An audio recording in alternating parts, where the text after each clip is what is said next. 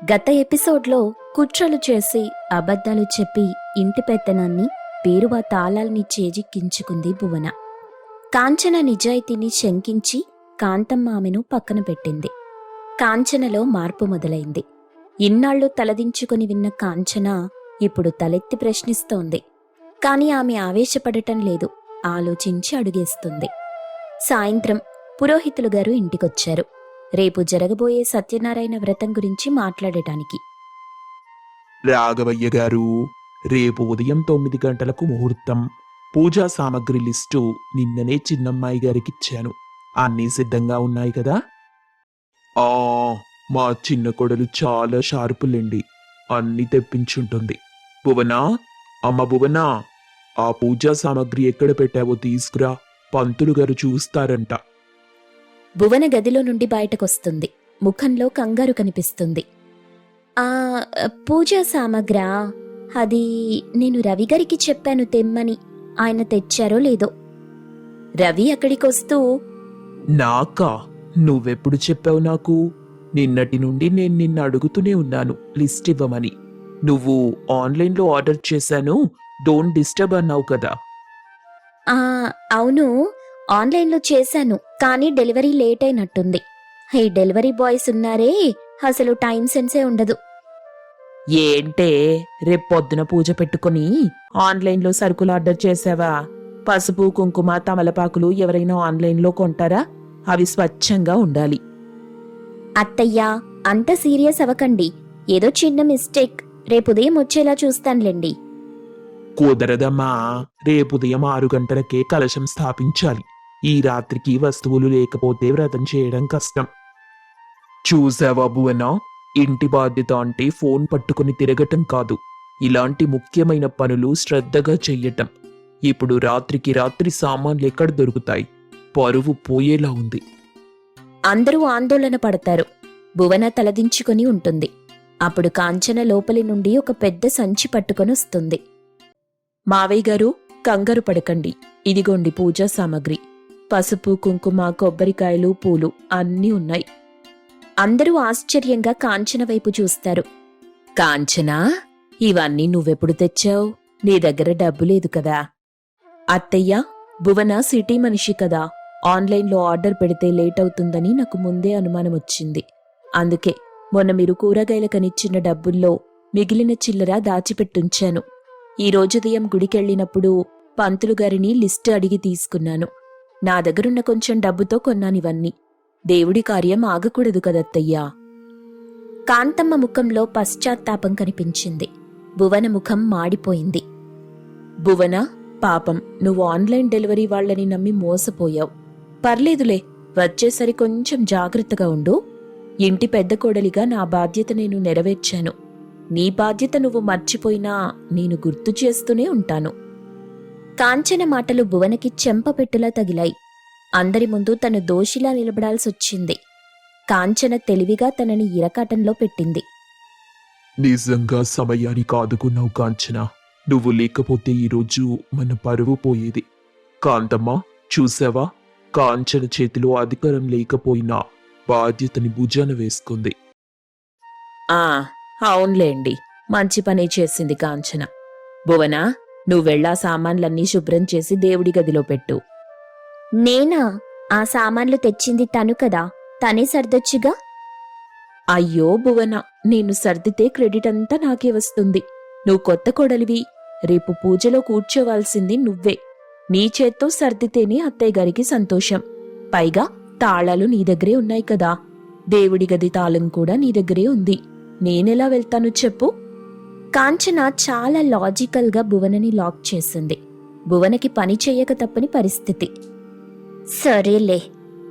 భువన సంచి లాక్కొని విసురుగా వెళ్ళింది. కాంచన, రవి ఒకరినొకరు చూసుకుని నవ్వుకున్నారు. కాంచన వేసిన మొదటి అడుగు విజయవంతమైంది. భువన అజమాయిషీ వల్ల జరిగే నష్టాన్ని అందరికీ అర్థమయ్యేలా చేసింది. అది కూడా ఎక్కడా గొడవ పడకుండా అత్తగారికి అనుకూలంగా ఉంటూనే భువనని దోషిలా నిలబెట్టింది. రాత్రి అందరూ భోంచేసి పడుకోవడానికి వెళ్తున్నారు. భువన తన గదిలో రగిలిపోతూ ఉంది. సురేష్, ఆ కాంచనని చూసావా? ఎంత ఓవరాక్షన్ చేసిందో. కావాలనే సామాన్లు దాచిపెట్టి చివరి నిమిషంలో తీసి హీరోయిన్ అయిపోయింది. నన్నందరి ముందు బకరని చేసింది. భువన, నువ్వు తప్పు చేశావు. తను సరిదిద్దింది. ఇందులో ఓవర్ యాక్షన్ ఏముంది? నువ్వు నిజంగానే ఆన్లైన్లో ఆర్డర్ చేసావా అసలు? ఆ చేశాను. కాదు, మర్చిపోయాను. అంటే ఆ బ్యూటీ పార్లర్ అపాయింట్మెంట్ హడావిడిలో మర్చిపోయానులే. అంత మాత్రానికే నన్ను నిలదీస్తారా? చూడు భువన, నీకు బాధ్యతలు తీసుకోవటం ఇష్టం లేనప్పుడు వదిలేసేయ్. అంతేగాని ఇలా అబద్ధాలు చెప్పి ఇంట్లో వాళ్ళని ఇబ్బంది పెట్టకు. సురేష్ కోపంగా పడుకున్నాడు. భువనకది అస్సలు నచ్చలేదు. ఎలాగైనా కాంచన మీద రివెంజ్ తీర్చుకోవాలని నిర్ణయించుకుంది. మరుసటి రోజు ఉదయం సత్యనారాయణ వ్రతం జరుగుతుంది. బంధువులు, చుట్టుపక్కల వాళ్ళు వచ్చారు. కాంతమ్మ పట్టుచీర కట్టుకుని హడావిడిగా ఉంది. కాంచనా, ప్రసాదం రెడీ అయిందా? పంతులు గారు నైవేద్యం అడుగుతున్నారు. అయిందత్తయ్యా, రవ్వ కేసరి పులిహోర సిద్ధం. అప్పుడే భువన అక్కడికి గ్రాండ్గా తయారై వచ్చింది. కాని మెడలో ఉండాల్సిన కాంతమ్మ ఇచ్చిన పురాతన బంగారు గొలుసు లేదు. దానికి బదులు ఫ్యాషన్ జ్యువెలరీ వేసుకుని ఉంది. అమ్మా భువన, చాలా అందంగా ఉన్నావు. కానీ నేను పెళ్లికి నీకు ప్రత్యేకంగా ఇచ్చిన ఆ గొలుసేది? అది వేసుకోమని చెప్పాను కదా. ఈరోజు వ్రతానికి అది వేసుకుంటేనే నిండుగా ఉంటుంది. అదా అత్తయ్యా, అది లాకర్లో ఉంది. తాళం ఎక్కడో మర్చిపోయాను. ఇప్పుడు వెతకలేనులేండి. ఈ నెక్లెస్ బాగుంది కదా, ఇది లేటెస్ట్ డిజైన్. లాకర్లో ఉందా భువన? నిన్న రాత్రి నువ్వు డ్రెస్సింగ్ టేబుల్ మీద అన్ని నగలు తీసి పెట్టుకున్నావు కదా, నేను చూశాను. లాకర్లో పెట్టటం నేను చూడలేదే. నువ్వు నా గదిలోకి దొంగచాటుగా ఎందుకు చూస్తున్నావు? నేను లాకర్లోనే పెట్టాను. అత్తయ్యా, అక్క కావాలని నా మీద నిందలేస్తుంది. నేను నిందలు వేయటం లేదు భువన. ఆ గొలుసు చాలా విలువైంది. మావయ్య గారు అది మా అమ్మమ్మ గారి గుర్తు అని ఎంతో అపురూపంగా దాచారు. ఒకసారి వెళ్ళి చూడు. అవునమ్మా భువన, అది నాకు సెంటిమెంట్. ఒకసారి వెళ్ళి తీసుకురా, అందరూ చూస్తారు. భువనకి చెమటలు పట్టాయి. నేనెళ్లను అని మొండికేసింది. కాని అందరూ అడిగేసరికి తప్పక గదిలోకెళ్ళింది. కాంచన కూడా వెనకాలే వెళ్తుంది. భువన బీరువా అంతా వెతుకుతున్నట్టు నటిస్తుంది. కనిపించలేదు. ఎక్కడ పెట్టానో ఏంటో. భువన, ఆ గొలుసు బీరువాలో లేదని నాకు తెలుసు. నీకేం తెలుసు? నిన్న సాయంత్రం నువ్వు మీ అమ్మగారితో ఫోన్లో మాట్లాడటం నేను విన్నాను. డబ్బులు అర్జెంటుగా కావాలి, డాడీకి తెలియకుండా పంపించు అని అడిగితే నువ్వు ఆ గొలుసును తాకట్టు పెట్టి డబ్బు పంపించావు కదా. భువన షాక్ తింటుంది. కాంచనకి ఇంత విషయం ఎలా తెలిసిందని భయపడుతుంది. అబద్ధం, నేనలా చేయలేదు. అబద్ధం చెప్పకు భువన. ఆ షాపు రసీదు నువ్వు డస్ట్బిన్లో పడేస్తే చూశాను. ఇదిగో అది అని కాంచన ఆ రసీదుని చూపిస్తుంది. భువన ముఖం పాలిపోతుంది. అక్క, ప్లీజ్ ఈ విషయం అత్తయ్యకి చెప్పకు. మా అమ్మ ఫ్రెండ్కి హెల్త్ బాగోలేదు. అర్జెంటుగా డబ్బు కావాలంటే డాడీ ఇవ్వనన్నారంట. అందుకే ఇలా చేశాను. ప్లీజ్ అక్క, నా పరువు తీయకు. పరువు గురించి నువ్వు మాట్లాడకూడదు భువన. ఆ గొలుసు అత్తయ్య గారి నమ్మకం. దాన్ని నువ్వు అమ్మేశావు.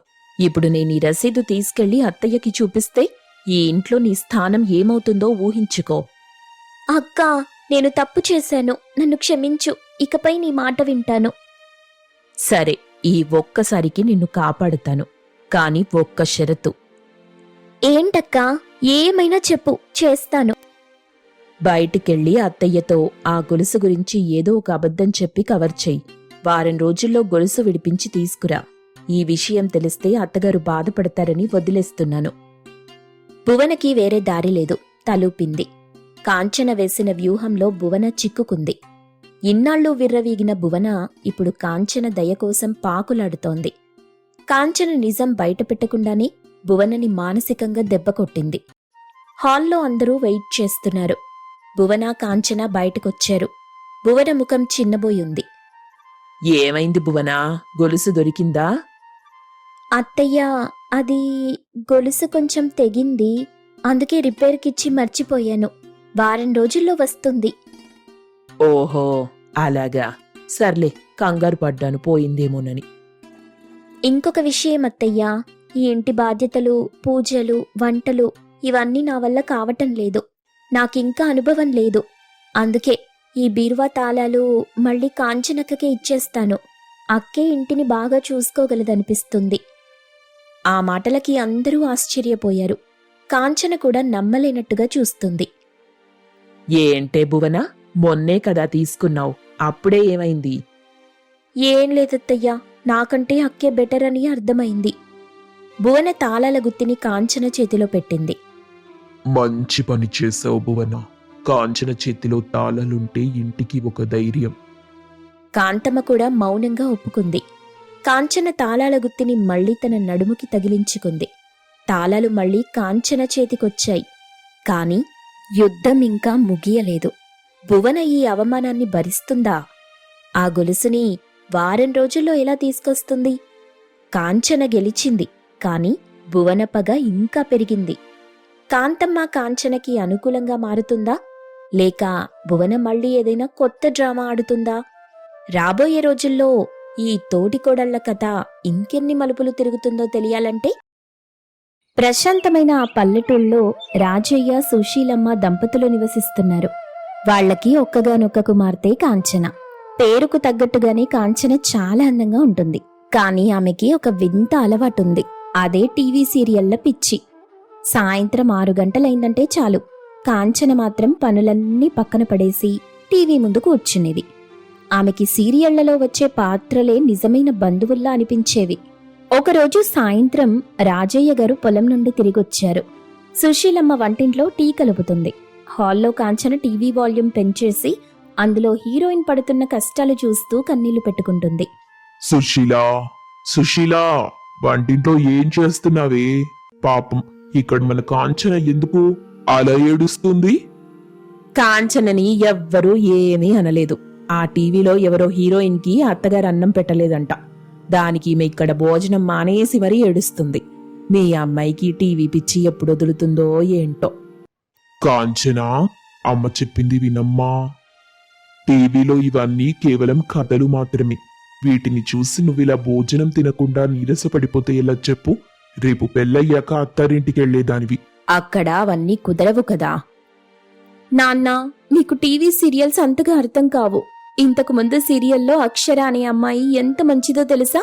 రేపు నాకు పెళ్ళయ్యాక కూడా ఇలాంటి సమస్యలే వస్తే అమ్మో, భయంగా ఉంది. అందుకే ఇవన్నీ చూసి నేను మానసికంగా సిద్ధం అవ్వాలి. నాకు సీరియల్ చూస్తుంటే జీవితంలో నిజమైన పాత్రలుగా అనిపిస్తాయి. మానసికంగా సిద్ధమవటం అంటే టీవీలో సీరియళ్లు చూస్తూ ఉండటం కాదు తల్లి. నువ్వు ఇంటి పనులు, వంట పనులు నేర్చుకోవాలి. ప్రతిరోజు సాయంత్రం టీవీకి అతుక్కుపోతే రేపు మీ అత్తగారింట్లో సాయంత్రం పూట వంట ఎవరు చేస్తారు? నువ్వు ఇలాగే టీవీ ముందు కూర్చుంటే వాళ్ళు ఊరుకుంటారా? చూద్దాంలే అమ్మా. అయినా టీవీ చూస్తూ కూడా వంట చేయొచ్చు కదా. నా మీద ప్రేమున్న వాళ్ళు నా ఇష్టాల్ని కూడా గౌరవిస్తారు. ఇంట్లో వాళ్ళు ఎంత చెప్పినా కాంచన టీవీ చూడటం మానలేదు. కొన్నాళ్ల తరువాత కాంచనకి పక్కూళ్ళో ఉన్న కాంతమ్మ రాఘవయ్యల కుమారుడు రాకేష్తో వివాహం నిశ్చయమైంది. రాకేష్ పట్నంలో ఒక మంచి కంపెనీలో పనిచేస్తున్నాడు. వివాహం వైభవంగా జరిగింది. అత్తారింట్లో అడుగుపెట్టిన కొత్తలో కాంచన చాలా పద్ధతిగా ఉంది.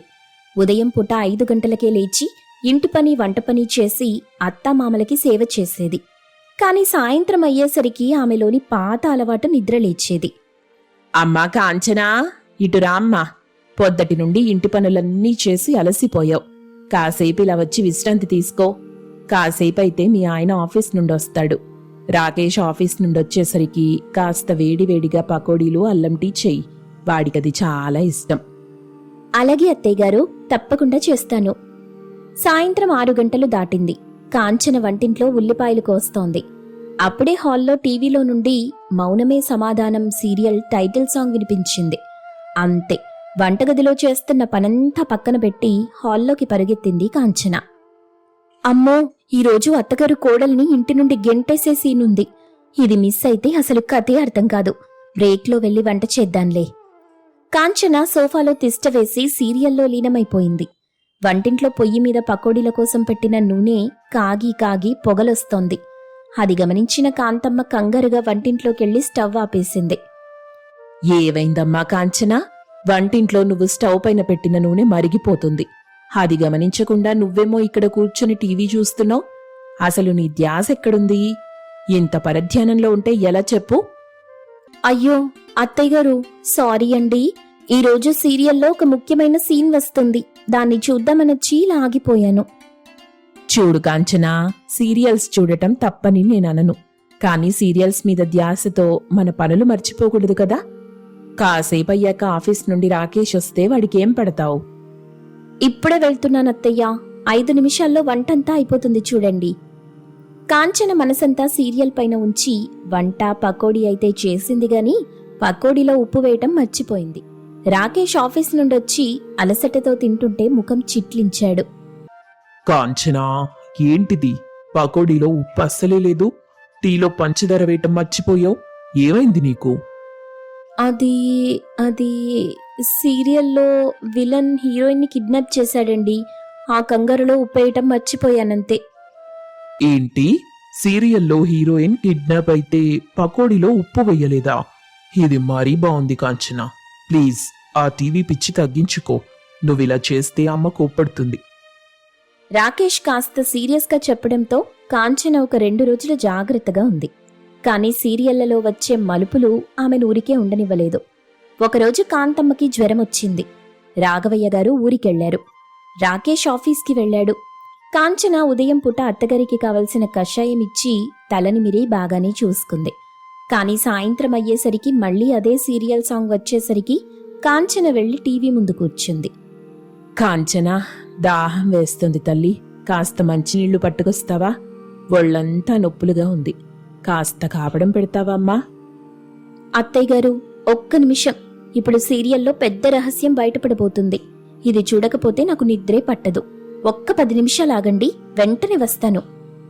ఆ 10 నిమిషాలు కాస్త గంటయింది. కాంచన టీవీలో లీనమైపోయి కాంతమ్మని మర్చిపోయింది.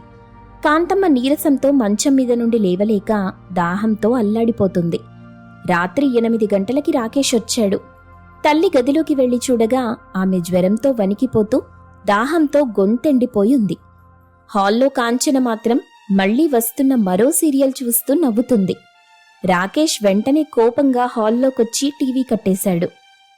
కాంచనా, అసలు నీకు కనికరం అనేది లేదా? అక్కడ అమ్మ జ్వరంతో దాహం దాహమని అరుస్తుంటే నువ్విక్కడ నవ్వుతూ టీవీ చూస్తావా? నీకా పాత్రలు ముఖ్యమా లేక ప్రాణాలతో ఉన్న మనుషులు ముఖ్యమా? కొంచెమైనా బుద్ధుండాలి కదా నీకు. ఏవండి, ఇందాకే అత్తయ్య గారికి మందులిచ్చాను కదా. ఇచ్చావు సరే, మందులివ్వటంతోనే నీ బాధ్యత తీరిందనుకున్నావా? పాపం, జ్వరంతో దాహమని తల్లాడుతున్న మా అమ్మ నీకు కనిపించలేదా? నీ సీరియల్ పిచ్చి పాడుగాను. రేపటి నుండి ఈ ఇంట్లో టీవీ ఆన్ అయితే బావుండదు. నీకు ఇంటి బాధ్యత తెలియట్లేదు. నా తల్లిని నిర్లక్ష్యం చేసే నీలాంటి భార్య నాకు అవసరం లేదు. రాకేష్ అన్న మాటలకి కాంచన గుండె ముక్కలైంది.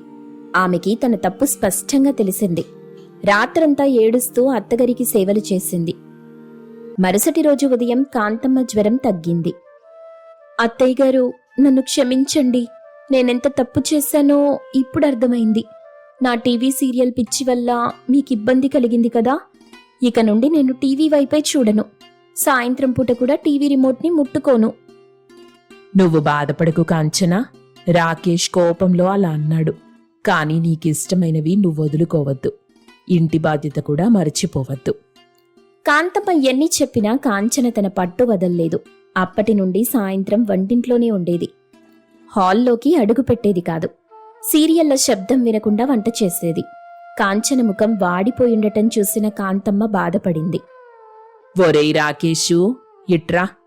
చూసావా, పాపం మన కాంచన ఆ రోజు నువ్వన్న మాటలకి బాధపడినట్టుంది. నువ్వలా తిట్టేసరికి టీవీ అంటేనే భయపడిపోతుంది. కాంచన మంచి పిల్లరా. తనకున్న ఒకే ఒక్క చెడ్డలవాటు టీవీ సీరియల్ వస్తే ఇంట్లో పనులన్నీ పక్కన పెట్టటం.